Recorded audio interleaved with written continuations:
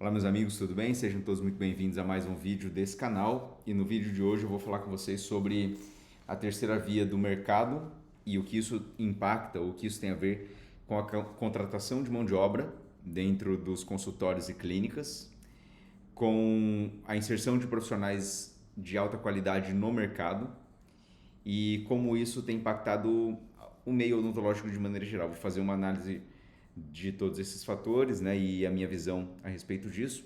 E esse assunto, eu acho que ele é muito relevante para você que tem consultório, para você entender melhor o cenário da mudança de transição de gerações.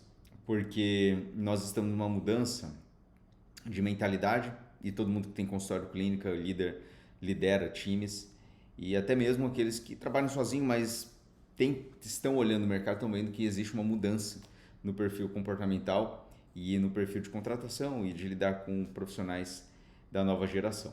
Tá?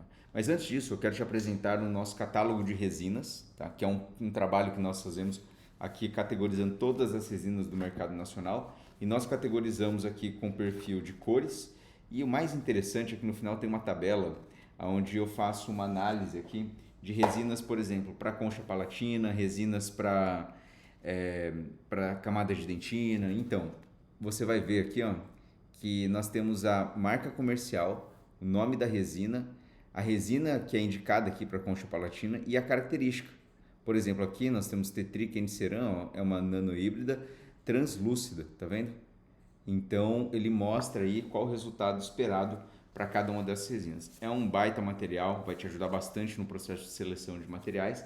Inclusive, se você estiver buscando algum substituto, uma resina que você utiliza, você pode se guiar aqui e ter muito mais liberdade na escolha de qualquer tipo de material dentro do seu consultório. Bom, dito isso, então, eu quero falar hoje sobre essa mudança, esse choque de gerações e a mudança no perfil comportamental e a inserção de novos profissionais dentro do mercado. E esse assunto ele me veio porque esses dias eu fui jantar na casa de um colega que foi muito bem sucedido no meio corporativo e a gente estava debatendo um pouco sobre esses assuntos e eu achei o papo extremamente interessante e queria estender aqui para vocês. Bom, vamos iniciar assim. Eu tenho 35 anos, tá?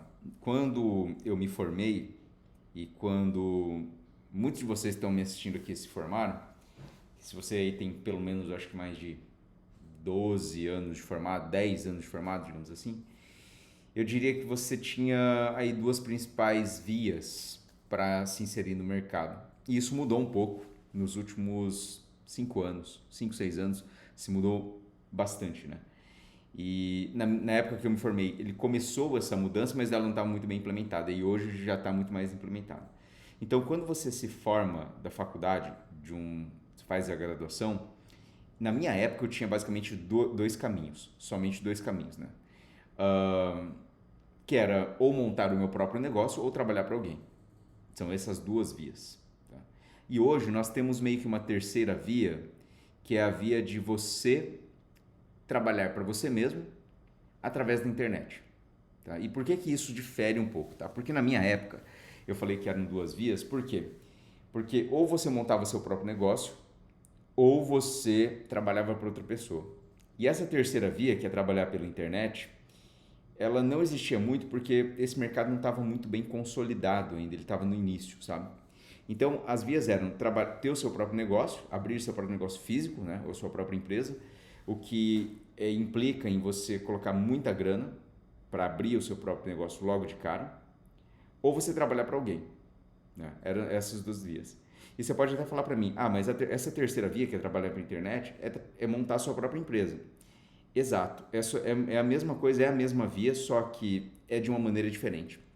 Porque na minha época, montar o seu próprio negócio, ele vinha acompanhado de necessariamente você colocar muita grana inicial. E consultório odontológico, eu acho até que muitos dentistas ainda se formam hoje com essa mentalidade. Ou eu vou montar meu próprio consultório, ou vou trabalhar para alguém.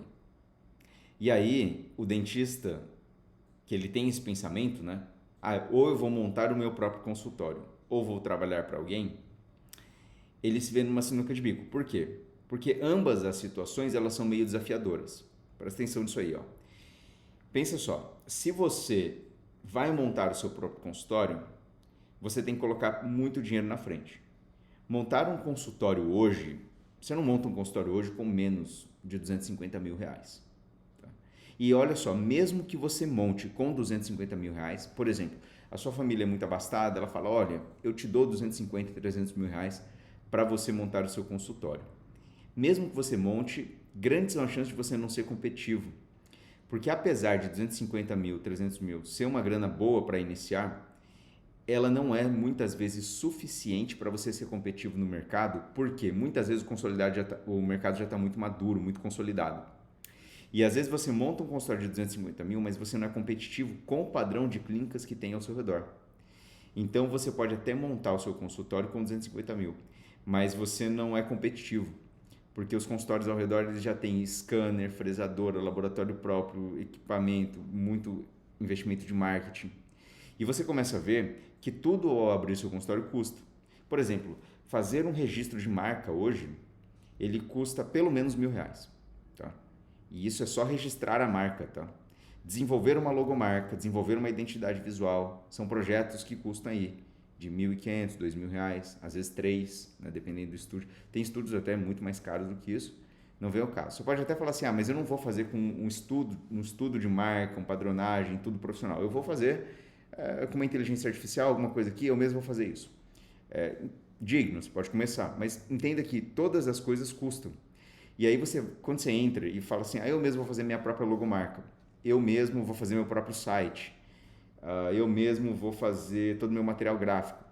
Eu acho que é um bom caminho, mas para iniciar, porque é melhor fazer alguma coisa que não fazer nada. Porém, o que eu quero dizer é que você fazendo tudo isso por conta própria, dependendo do lugar que você está, você faz por conta própria e é digno, porém você está competindo com clínica que já faz tudo isso, entendeu?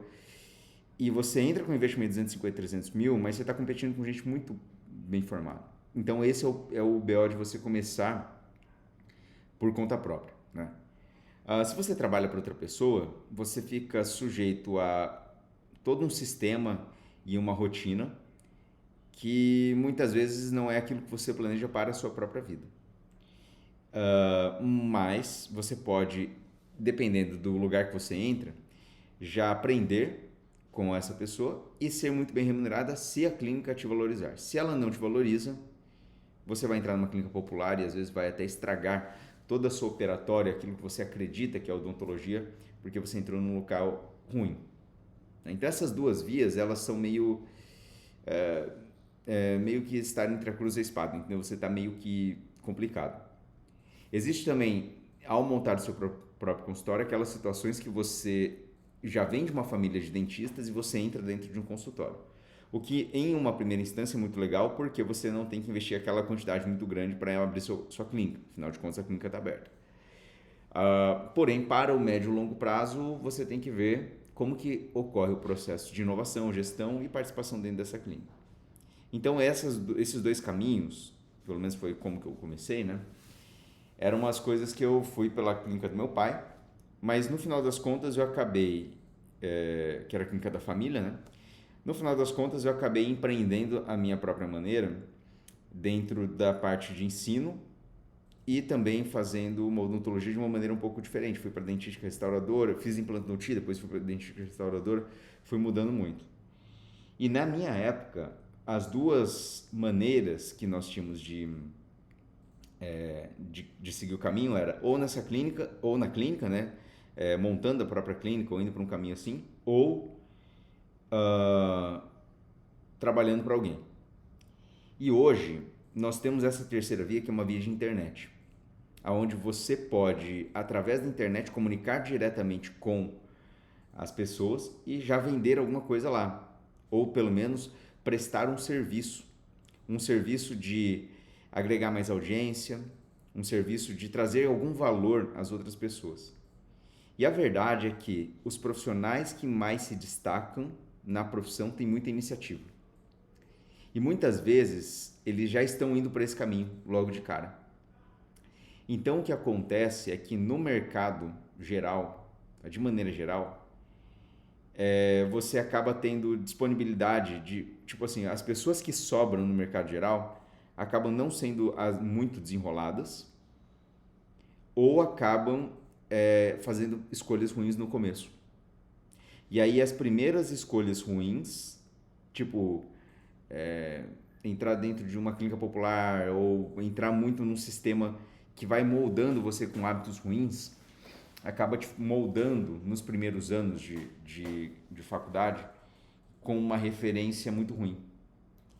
Então, eu tenho uma tese que nesses primeiros 5 ou 6 anos, depois que você se forma, você tem que fazer boas escolhas de referência.